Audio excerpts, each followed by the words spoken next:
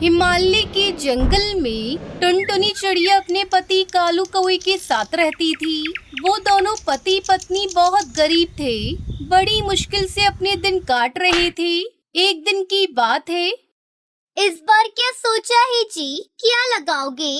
सोच रहा हूँ इस बार मटर लगाऊं। पर 2 साल पहले जब तुमने मटर लगाई थी तब पता है ना क्या हुआ था? हाँ याद है, आधी मटर खराब हो गई थी, लेकिन तब तो उसमें कीड़ा लग गया था ना। इस बार मैं ध्यान रखूंगा। ठीक है, और फिर क्या करोगे इतनी सारी मटर का? मटर पुलाव बनवाएंगे और भरपेट जी भर के खाएंगे, और क्या। कालू कौवे की बात सुनकर उसकी पत्नी टुनटुनी चिड़िया भी हंस पड़ी।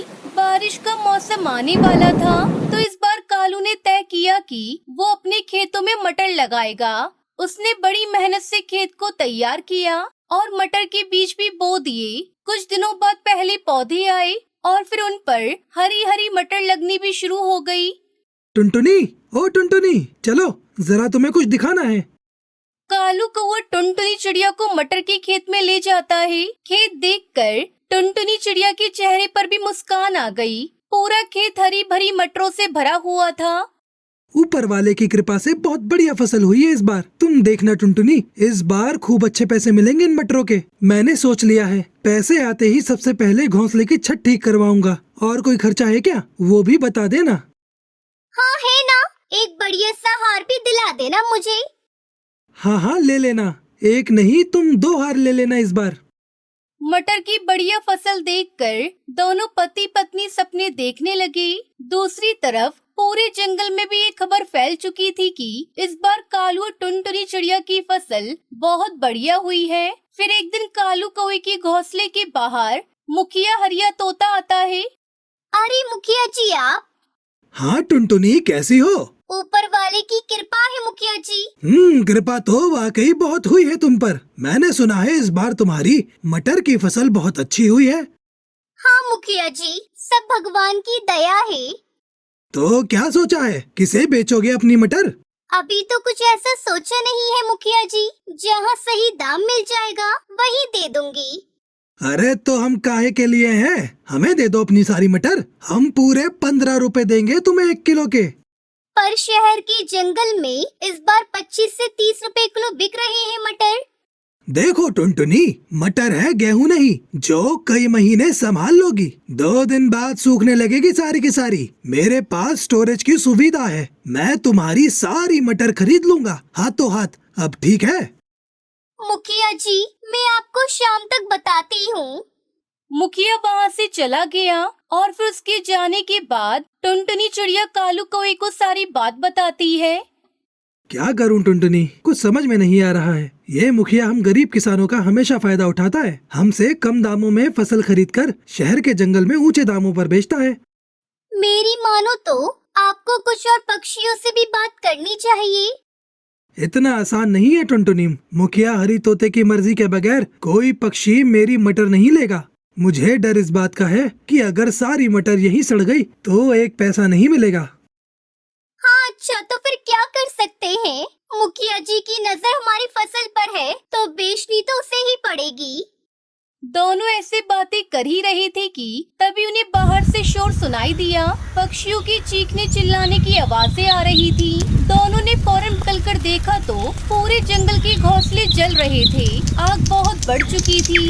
बस एक टुनटुनी चिड़िया का घोंसला सुरक्षित था, क्योंकि वो उसके खेत के किनारे ही था और बाकी के घोंसले से दूर था। कालू और टुनटुनी चिड़िया फौरन पक्षियों की मदद के लिए चले गए। काफी देर बाद आग तो बुझा ली गई, लेकिन जंगल के सारे घोंसले जलकर राख हो चुके थे। सारा सामान, सारा राशन, सब कुछ राख बन चुका था। हिम्मत रखिए आप सब, हम सब मिलकर कुछ न कुछ जरूर कर लेंगे। एक काम करते हैं, मुखिया जी के पास चलते हैं, उनसे मदद मांगते हैं। हाँ ठीक कह रहे हो, चलो चलते हैं। पूरे जंगल के पक्षी मुखिया के पास पहुंचते हैं। जंगल के पक्षियों ने मुखिया को अपनी परेशानी बताई तो मुखिया ने उन सबको दुत्कार दिया। चले जाओ यहाँ से, अब बस यही काम रह गया है। लापरवाही करो तुम, आग लगाओ तुम, और भरपाई करूँ मैं। मुखिया की बात सुनकर जंगल के पक्षियों को गुस्सा आ रहा था, पर वो मजबूर थे और मुंह लटकाकर वहाँ से जाने लगे। फिर घर लौटते हुए कालू कौए ने कई पक्षियों के बच्चों को भूख से रोते बिलखते देखा और फिर उसने टुनटुनी चिड़िया से कहा, टुनटुनी, घर में कितना चावल है? बहुत सारे हैं अभी तो। वैसे आप क्यों पूछ रहे हो? तुम्हारे पास मटर की कोई कमी नहीं है। तुम एक काम करो, मैं कुछ पक्षियों के साथ मिलकर एक बड़ा चूल्हा बनाता हूँ और तुम पक्षियों के साथ मिलकर मटर पुलाव बनाने की तैयारी करो सबके लिए। जब तक मेरे घर में मटर और चावल का एक भी दाना है, मेरे जंगल का कोई बच्चा भूख से नहीं रोएगा। लेकिन फिर हम लोग बाद में क्या करेंगे? अपने बारे में बाद में सोचेंगे टुनटुनी, फिलहाल जंगल के बारे में सोचते हैं। टुनटुनी चिड़िया ने इसके बाद कुछ नहीं कहा और खाना बनाने की तैयारी शुरू कर दी। अगले कुछ दिनों तक टुनटुनी चिड़िया की रसोई में ढेर सारा मटर पुलाव पकता रहा और जंगल के पक्षियों की भूख मिटाता रहा। सारे पक्षी कालू टुनटुनी चिड़िया को दुआई दे रहे थे, लेकिन फिर धीरे धीरे कालू के घर चावल और मटर खत्म होने लगे और कालू और टुनटुनी चिड़िया सोच में पड़ने लगी। तभी एक दोपहर कुछ ऐसा हुआ जिसकी उम्मीद किसी को नहीं थी। अरे सेठ जी, आप मुझ गरीब के घर, आप अंदर आइए, यहाँ बैठिए। अरे बस करो भाई, तुम पहले ही बहुत कुछ कर चुके हो। यहाँ जो कुछ हुआ उसके बारे में मुझे सब पता चल चुका है, लेकिन अब किसी को परेशान होने की जरूरत नहीं है। मैंने आदेश दे दिए हैं, अब सब कुछ ठीक हो जाएगा। और हाँ, तुम्हें अब जंगल के मुखिया के लिए चुना जाएगा। आपका बहुत बहुत शुक्रिया सेठ जी, अब तो कुछ नहीं चाहिए। तुम्हारे जैसे उम्मीदवार जो सच्चे दिल से गरीब पक्षियों की सेवा करते हैं, वही सही मायने में मुखिया होते हैं। अब कालू कौवे को मुखिया बनने से कोई नहीं रोक सकता था, क्योंकि सारे जंगल के पक्षी कालू और टुनटुनी चिड़िया के साथ होते हैं। कालू कौवा जंगल के पक्षियों का मुखिया बन जाता है और फिर उसकी सारी मुसीबत दूर हो जाती है। साथ ही जंगल के पक्षी खुशी खुशी रहने लगते हैं।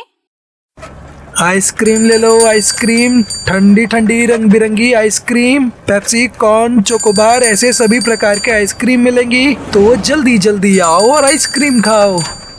आइसक्रीम बेचने वाले की आवाज सुनकर टुनटुनी के 7 बच्चों में से सबसे छोटी बेटी सुनहरी अपने पापा से कहती है, पापा, मुझे आइसक्रीम खानी है। अरे ना, वो आइसक्रीम अच्छी नहीं होती बेटा। अजी, मुझे भी आइसक्रीम खानी है। इतने दिन हो गए हमने आइसक्रीम नहीं खाई। चलिए ना, चलते हैं। अच्छा ठीक है, चलो। ए आइसक्रीम वाले, रुको, कौन सी आइसक्रीम है तेरे पास? मेरे पास सभी प्रकार की आइसक्रीम है साहब, आप बोलो आपको कौन सी चाहिए? अच्छा 3 चोकोबार दे। ये लो।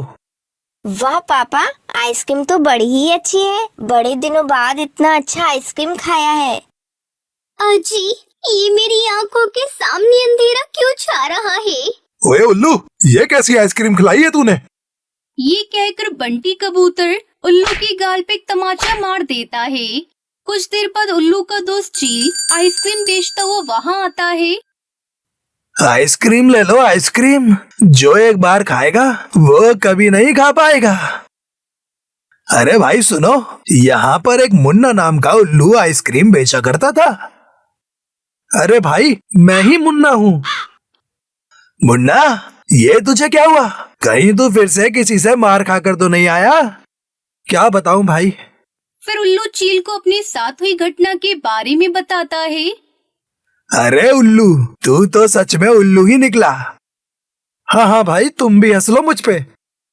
अरे नहीं भाई, तू तो मेरा भाई है। बता, वो चिड़िया कहाँ रहती है? तुम्हारा बदला मैं लूंगा।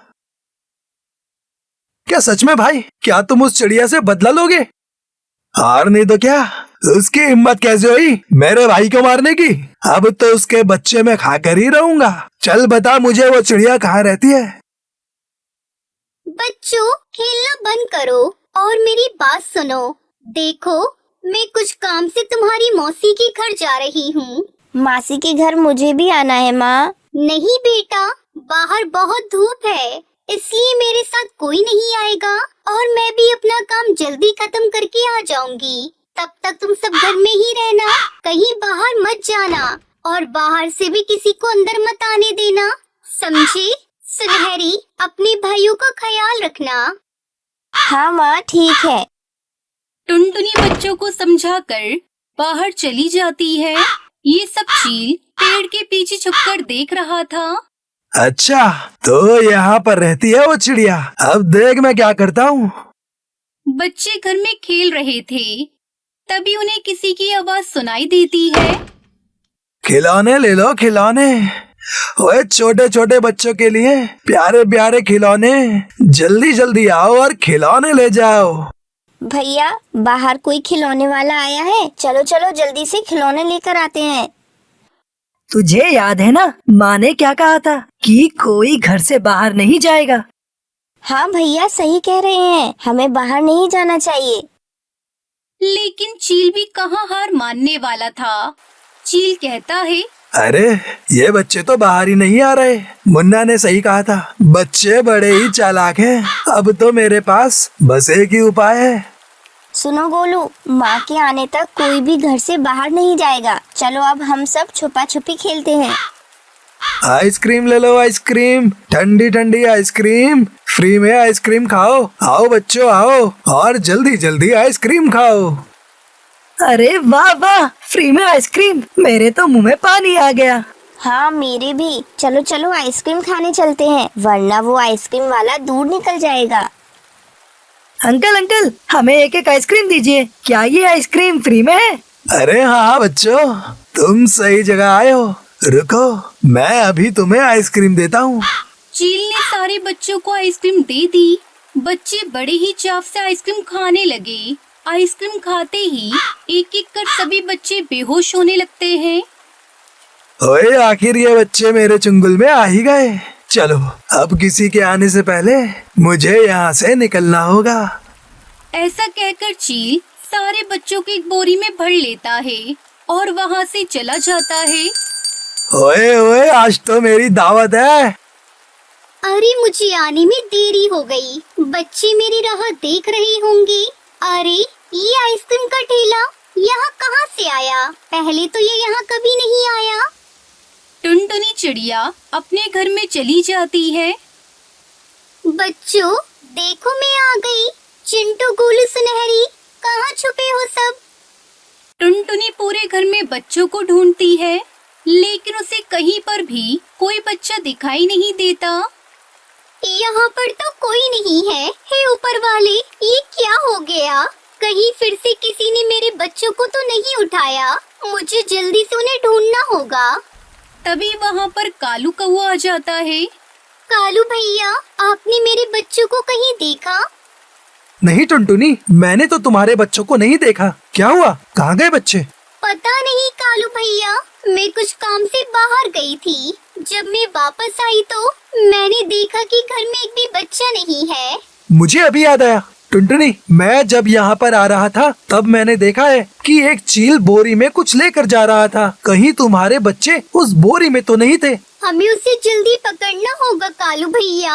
आज तो मैं इस चील को नहीं छोड़ूंगी, और इनके पापा यहाँ होते तो ये सब नहीं होता। रुको टुनटुनी, अगर तुम सीधे उसके पास चली गई तो वो तुम्हारे बच्चों को नुकसान भी पहुंचा सकता है। तो अब हम क्या करें कालू भैया? मेरे पास एक आइडिया है। इधर चील बच्चे पकाने की तैयारी कर रहा था। अरे वाह, इन नरम नरम बच्चों को गरम गरम खाने में बड़ा मजा आएगा। पहले पानी उबालना है, फिर सब्जियां डालनी है, फिर घी, फिर ये मजा ही आ जाएगा। तभी वहाँ पर कालू कौआ एक मुर्गी का भेष बनाकर आता है। ओए, इतना बड़ा मुर्गा दिखने में तो बड़ा ही तरोताजा लग रहा है, और स्वादिष्ट तो होगा ही। मैं बावर्ची जो अच्छा हूँ, इसे अभी पकड़ता हूँ। कालू चील को देखते ही भागने लगता है और चील भी उसके पीछे पीछे भागने लगता है। ओए ओए, रुक, अरे रुक, अरे कहाँ भागा जा रहा है, रुक। इधर टुनटुनी चिड़िया ने अपने सारे बच्चों को बोरी से बाहर निकाल लिया। मेरे बच्चों, तुम ठीक तो हो ना? हाँ माँ, हम सब ठीक हैं। माँ, हमें माफ कर दीजिए, हमने आपकी बात नहीं मानी और उस बुरे चील अंकल के झांसे में आ गए। कोई बात नहीं मेरे बच्चों, तुम सब ठीक हो, यही मेरे लिए बहुत है। लेकिन आगे से ऐसी गलती मत करना। हाँ माँ, चलो अब हम सब अपने घर चलते हैं। इस तरह टुनटुनी अपने सातों बच्चों को सुरक्षित घर ले जाती है। दूसरी तरफ कालू चील को उल्लू बनाकर वहाँ से 9 2 11 हो जाता है।